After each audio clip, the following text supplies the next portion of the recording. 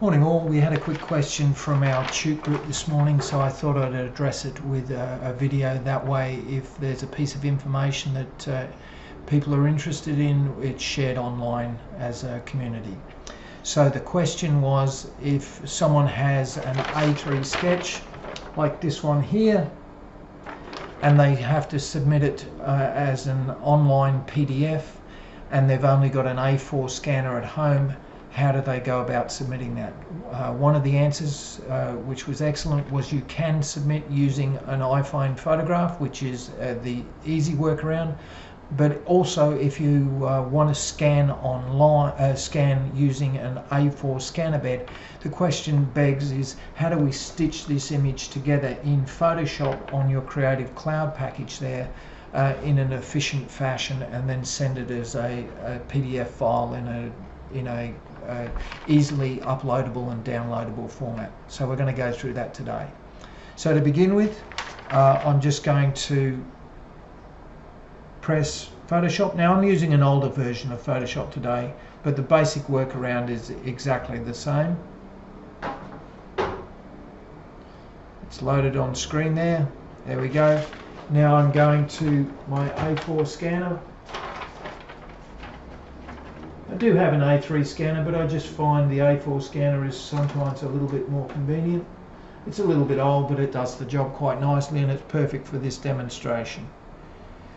So once you've opened your program, go to the upper left hand corner, press File, go to Import, WIA Support, Start. The device will come up. Then, depending on the software you're working with, you'll get a support window. I generally work in custom settings because it gives us the option of printing it at a high resolution later on. So if you check the DPI on the scanner resolution, 300 and above is generally suitable for print presentation. So I've got it at 300 DPI, color picture. Click OK. Now we're ready to take our first scan. Just click Scan.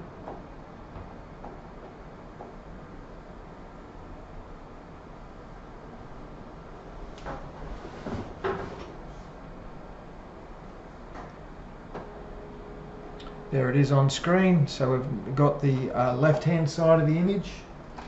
Opening up the printer bed, turning the image around and just gently fixing it back into position, making sure it's as square as possible to make life easy, closing the printer bed, and then repeating the procedure. File, Import, WIA Support, going through the windows that you're required to get to the scanner, clicking Custom Settings, remembering it's 300 DPI, and just press Scan.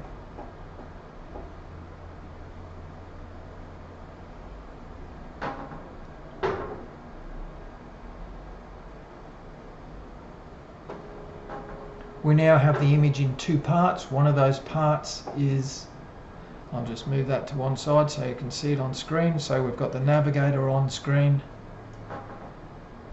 one piece the right hand side upside down and the other piece right side up. So we'll just turn that image up, turn that image right way around. So image rotation, 180 degrees, left hand click, and we're ready to go. Now we just need to expand the size of the image such that we can move it into an appropriate position. So we're going to go back to our original image, use the crop command. So that's the fifth one down, the little cropping mark there.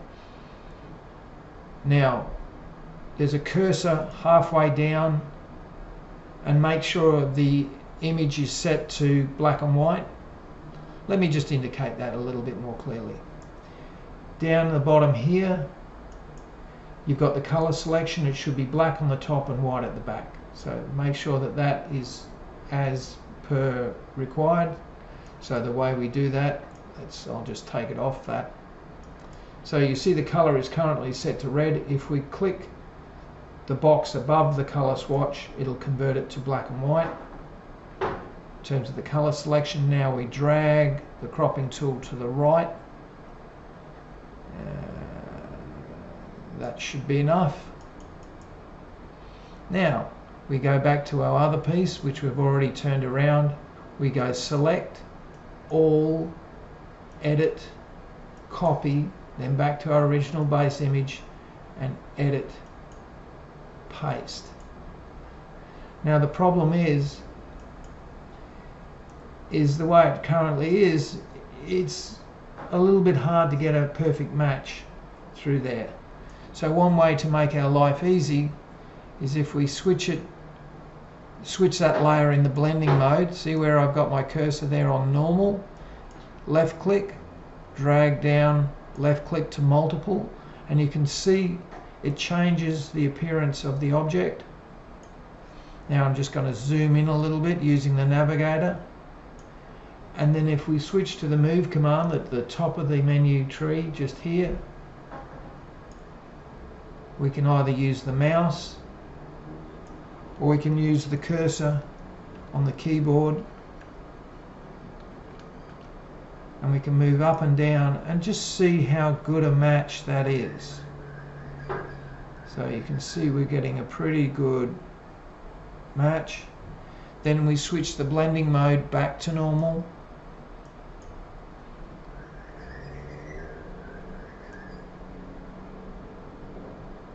and we double check again.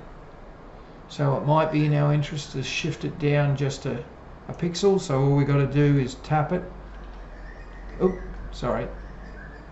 on the move command. So tap on screen, then use the cursor, and you can see it's just shifting down there nicely.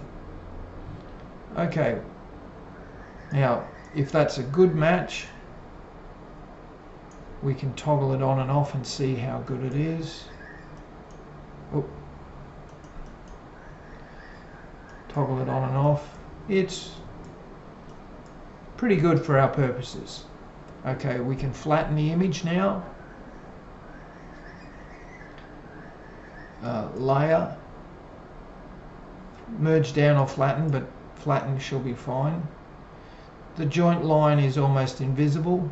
Now this is one step in the process that I would recommend you checking with your tutors, because there's a requirement that you're not doing any digital work on your image. However, I think that this one is worth a check, because, and this is a good case in point, because I've got an old scanner, the image that I'm getting off the scanner is very grey and washed out and unclear compared to the colour original. So I think it would be permissible to check to make sure that you can at least match the original artwork that you've got. And in order to do that, we come down and added a colour adjustment layer. Okay, and it's this symbol that's the circle with the half black section and the half white section. Click on that and go up to curves and click curves. You can see it's there on screen, and we end up on the properties panel a little graph like this. Place left click on the mouse and drag the black cursor across. You can see it darkens the image up, and more importantly, to remove those discrepancies, I'm dragging the white cursor to the left.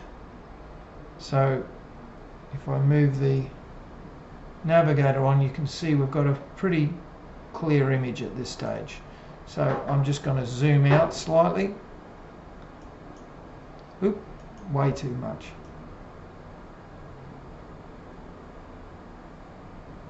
And we just want an image which is a good match to the original artwork. So we just tweak those positions. Now we want to save that image out for a web optimized PDF. So at this point, we file, save for web. It's ready to go. You can resize it at that point if you like, and just check that the settings at the top here are set to medium or high for the most part. But medium is suitable for our needs for a PDF. Press save. Save it to file. We're going to save it as Camera Retro. Save it. replace, because I'm replacing an existing image. Now, just by way of comparison, I'm also going to save it out as a JPEG file, just so we can get a comparison between the sizes of the image. Now, if we're reducing the size of the image, the advantage is that it's improving your upload times and our download times at one end, and it just makes your life a lot easier. So I'm just going to the week 7 folder. I'm converting that to a JPEG file, and I'm saving that as that image. Clicking OK.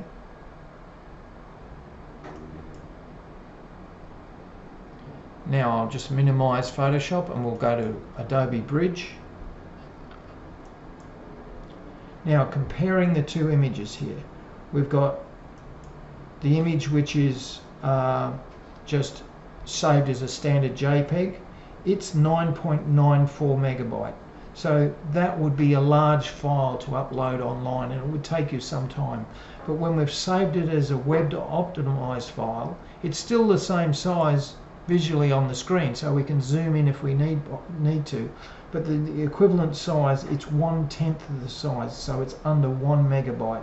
So that makes it easy to email, easy to upload and download onto Blackboard, so it makes your life easy. But we need to convert that JPEG file into a PDF file. So in order to do that, you go to Creative Cloud, go to Adobe Acrobat, double click on that. Let's see if we've... There we go. Maximize that window. Now we want to create. So I'm going File, Create, PDF from File.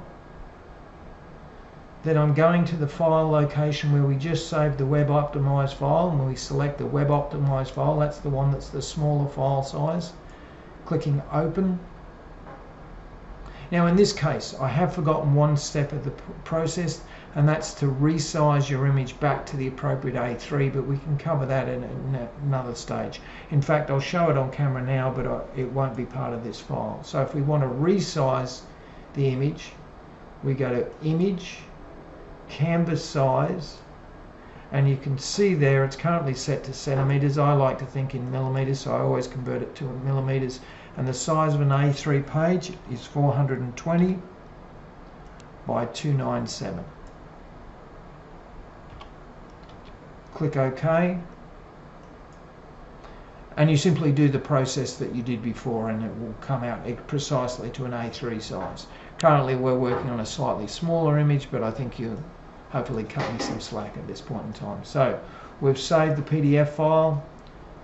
It looks okay, we're happy to save it out. All we've got to do is press Save, save to the appropriate location, and we're saving it as Camera Retro.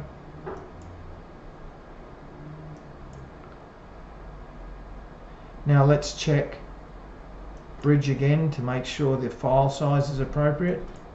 Now it's just over a meg size, so that's a very easy file. So if you're doing multiple iterations for your assignment 2 submission, you've now got a file size which is going to be manageable, and you can resize that, in my experience, down to about 1500 pixels to on screen. So that will reduce the file size even further.